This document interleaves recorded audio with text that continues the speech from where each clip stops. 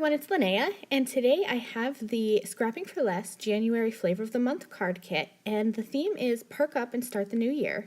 And I have a separate video for the unboxing, so if you'd like to see everything that's in the kit, I will link that below. So let's start with my card for collection number 1, and I'm using sketch number 3. I'm pretty much following the sketch to the letter here, and I've laid out all the pieces of the pattern paper that I've cut along with their measurements, and then I'm just going to simply adhere everything together. Nothing super fancy with this card, just some inspiration for the sketch. And I really wanted the pattern papers in this collection to shine because I love them so much.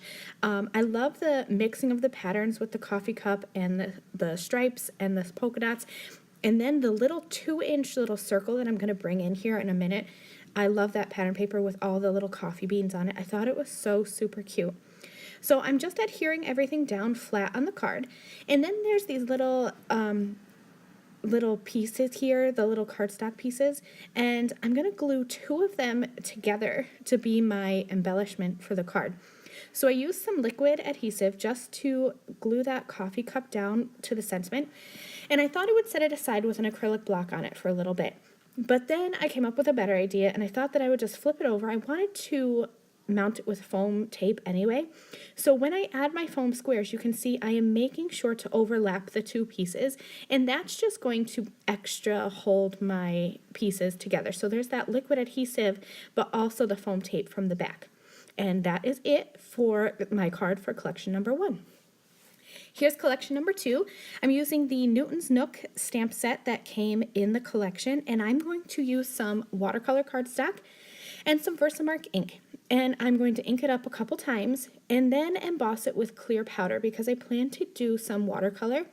I'm using my Staedtler markers. This is what I frequently use. If you've seen my videos before, this is probably the coloring medium that I've used. So I'll zoom in here and just give you a quick look at my coloring. Nothing fancy. I just use my marker to go around the edges of the image where I think there should be some shadow. So for the donut here, I'm using a light brown color, and I colored all the way around the icing because I figured there'd be shadow where the icing meets the donut, and then just blend it out with my water brush, and there's just plain water in there. I'll keep going a little bit here so you can get a couple more peeks at my coloring. Again, just giving some shadow. I'll go around the inner donut and the outer donut and blend it in with my water brush here. I'm going to be going over the sprinkles with my white gel pen. So when I first started blending out this color, I was careful to not color over the sprinkles, but then I remembered I was going to just be coloring them white with my gel pen anyway, so near the end I just colored without any care because I'm going to be going over it with white anyway. So I wanted my kitty to be gray, but with a white tummy. So to do white, I just took my lightest gray, I added 1 line of color under the donut and blended it out with my water brush, and so that'll give just a little bit of shadow and it won't be stark white. I finished up the rest of the watercolor, and now I'm just using my Jelly Roll white jelly pen and coloring in those sprinkles so that the white will really pop. Again, I'm following this sketch. I didn't leave the measurements though for my cardstock because the measurements are right there on the sketch. So I'm using sketch number 2, and the only thing I changed is this background piece. I wanted there to be a little bit of my white sticking out from the craft, so it's not measured to 4 1/4 by 5 1/2. It's actually 4 1/4 wide by 5 1/4 tall. But everything else is pretty true to size. I didn't have an oval to die cut my little kitty, so instead I just cut it down with a rectangle and I cornered the edges there.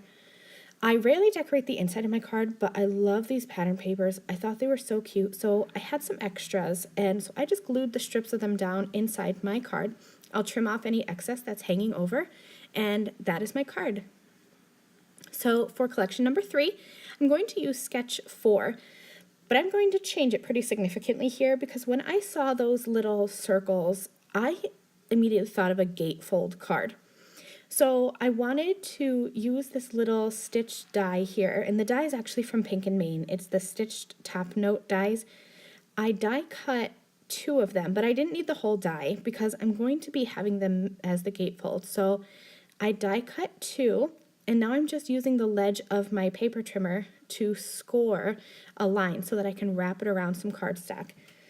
And this is the Scrapping for Less cardstock, so it is super thick and high quality cardstock, so you do want to make sure you score it really well.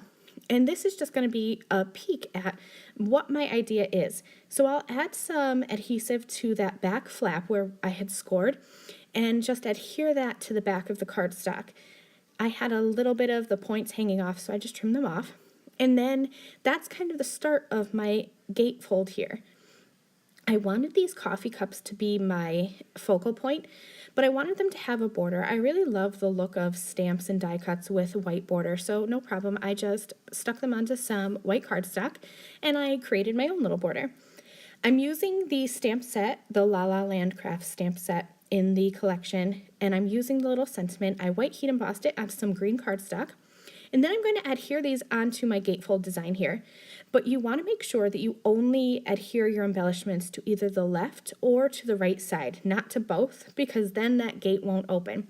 So for the sentiment, I adhered it to the right, and the coffee cups I'm going to adhere to the left side. And after I fiddle around with them, making sure they're straight, I'll show you how they open up and have that super cute little gatefold there. Now I realized that I kind of assembled my card incorrectly, so I tore it apart. And you're going to see here that I had originally adhered this whole gatefold piece on top of a card, but I wanted the card to open from the inside. No problem. Like I said, I tore that card off and then I just re-adhered it to the inside. So now you can see how I wanted it to open. The gate will open up from left and right, and the card will flap open on the inside. Let's move on here to collection 4. I'm going to be using the stamp set, and I'm using some Bristol Smooth cardstock. I don't know why I don't use this more often for my watercolors. This is super bright white cardstock, and I usually end up using watercolor paper, and it has that like creamy undertone to it. But I think I'm going to be switching over to the Bristol because I just love how white it is. Again, I'm going to use my Staedtler markers, and I'm going to leave some of the coloring in, not all of it, because it's pretty straightforward. Except for the hair here, you can see that I mixed two colors, like a brown and a yellow, to create that dirty blonde color. Same thing for her skin. I don't have a marker that's good for skin tone, so I just mix them together. I use a pink, and then I use this kind of tan color, and that's actually what I used for the donut in my other card, and I mix them together. When I bring in my water, they mix together really well, and you can see I get this nice flesh tone. And I didn't leave in the rest of the coloring for this because, like I said, it's straightforward, just straight coloring. But here she is all finished up. I chose colors that would match the cardstock. I loved this little peachy background with all the little coffee cups on it. And I'm actually going to use the ribbon from collection number 1. I had started adhering everything together, and then I ended up pulling up that cardstock so that I could glue my ribbon behind it because I wanted it to wrap around the cardstock rather than around the whole card. And I am using sketch number 1 here for collection 4's card. And I'm just using some of the green cardstock from the kit, and I'm just going to really simply just adhere everything together with tape runner adhesive, again using my T-square ruler to make sure everything is straight.